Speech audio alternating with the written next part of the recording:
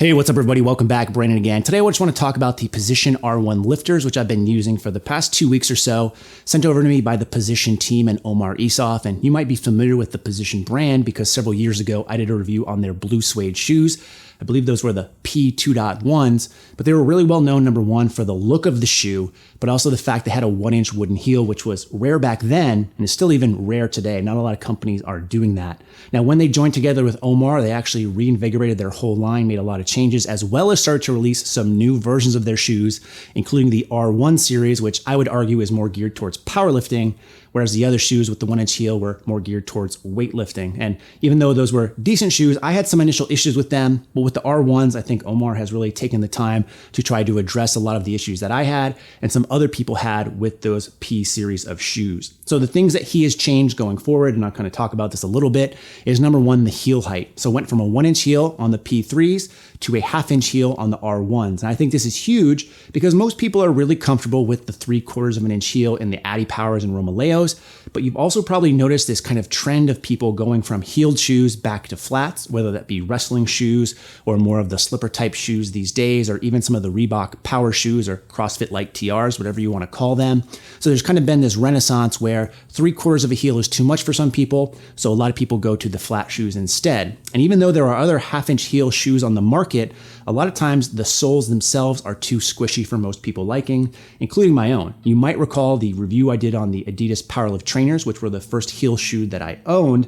And at the time they were nice, but after having used a more solid heel on the Adi Powers, I just mentioned that the Powerlift trainers were too squishy for my liking. And a lot of other 1/2-inch heels on the markets just tend to be a little bit too squishy. So I think that's the reason why a lot of people skimp on those. Not to mention the build quality is less of some of the higher end options from Adidas or Nike or even other companies out there. So the fact that Position with the R1s kind of went over after that 1/2-inch market and with a very solid wooden heel, I think they could potentially really be positioning themselves to really make a dent in the market, especially when you take a look at some of the other improvements. So number one, 1/2-inch heel, which is wooden, which is nice. They've also taken the time to widen the toe box, which is really huge because one of the most common issues I see with people going with Adi Powers or Romaleos is number one, the shoes usually aren't big enough for them in terms of the length, or the shoes are too narrow in terms of the width and it hurts their feet. And that's not even counting sometimes when they have the metatarsal strap in place. So with these shoes, they do have a strap in front, but the toe box itself is wider. So if you have a little bit of a wider foot, these might be a good shoe for you. Not to mention, again, the 1/2-inch heel is kind of a nice in between of the 3/4 inch and the flat sole. So it might be a good option for a lot of people out there. Some other changes that Omar said he made is he reinforced the strap itself. I know some people had issues with this.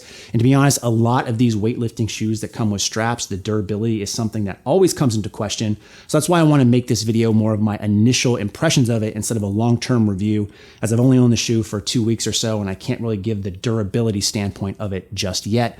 But I can say after these first 2 weeks, the shoe does feel like it's built very solidly, which is a good sign going forward. In fact, the strap is super reinforced, as is every other part of the shoe, and it's not going to be something like the Nike Romaleos 3 where the tongue can rip out pretty easily, because with these shoes, again, with straps and with trying to get as tight as possible, sometimes people have a tendency to rip them up, or sometimes the soles tend to tear away from the body of the shoe, which is another thing that Omar said that they really looked at, changing the sewing pattern of the shoe, the way it attaches to the sole, to ensure that it stays together a little bit better. You don't have any peeling back of the sole from the body of the shoe itself.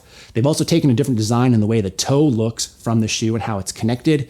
I think this is going to come more into play if you're actually doing weightlifting in these shoes, where you're doing like split squats or jerks or cleans or whatever those fancy snatches are called. I think if you're just generally powerlifting in them like I do, I don't think you're going to have a problem with that either way. Usually with the soles busting for a lot of people, it comes with that movement back and forth, or if you're doing sumo pulls and really trying to push your toes out. Again, I think if you're using these for powerlifting, you wouldn't be using these for deadlifting, so I don't think you'll have much issue with the durability from that standpoint. Now, Omar also said that he addressed the soles of the shoes themselves and made them grippier. This was one of my main complaints with the last versions of the shoe, which were co-branded by Vibram, which I think was a cool marketing tactic, but I found the shoe soles to be super slick, especially at the time using them on my wooden floor base of my platform. These shoes, they're changed a little bit. There are some grip to it, but I do still find that they are very slick and the soles can wear very easily. I would really like to see them kind of take a little bit of a different approach and make the soles a little bit harder. I realize in doing so and adding some tread might add some height to the shoe itself, but I think in the long run that might be a good way to go. Now, the version of the R1s that I got are the midnight version, which look really awesome. And one of the other little small nitpicks I have on these shoes is just on the tongue and the logo. Obviously, any brand wants to get their logo out there.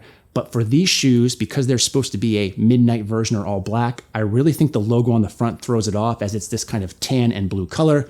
And no matter what color version of the shoes you get, and there are a lot of them out there, including some very interesting ones like the Mad Titan version, it always has the same kind of tongue logo on there, and I'd really like to see them color code that to the shoe.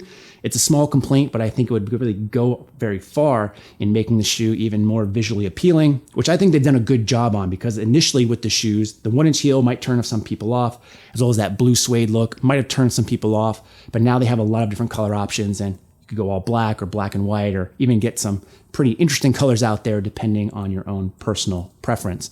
Otherwise, the shoes feel very solid. I've liked squatting them in them a lot so far.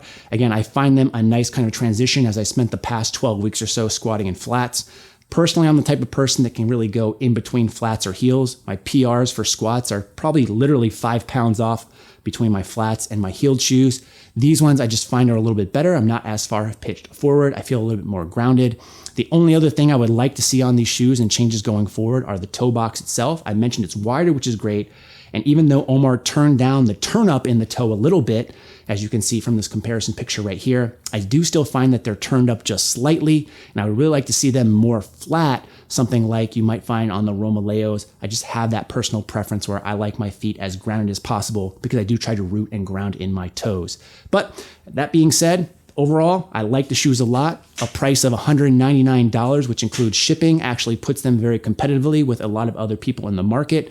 And again, for the build quality you get and the quality of materials in terms of the heel, I think it's a very interesting option and something that's worth at least giving some attention to. So if you're interested, I'll link their website in the description box below. If you have any questions on these shoes or anything else for that matter, leave them in the comment section below. But in the meantime, as always, thanks for watching and stay big.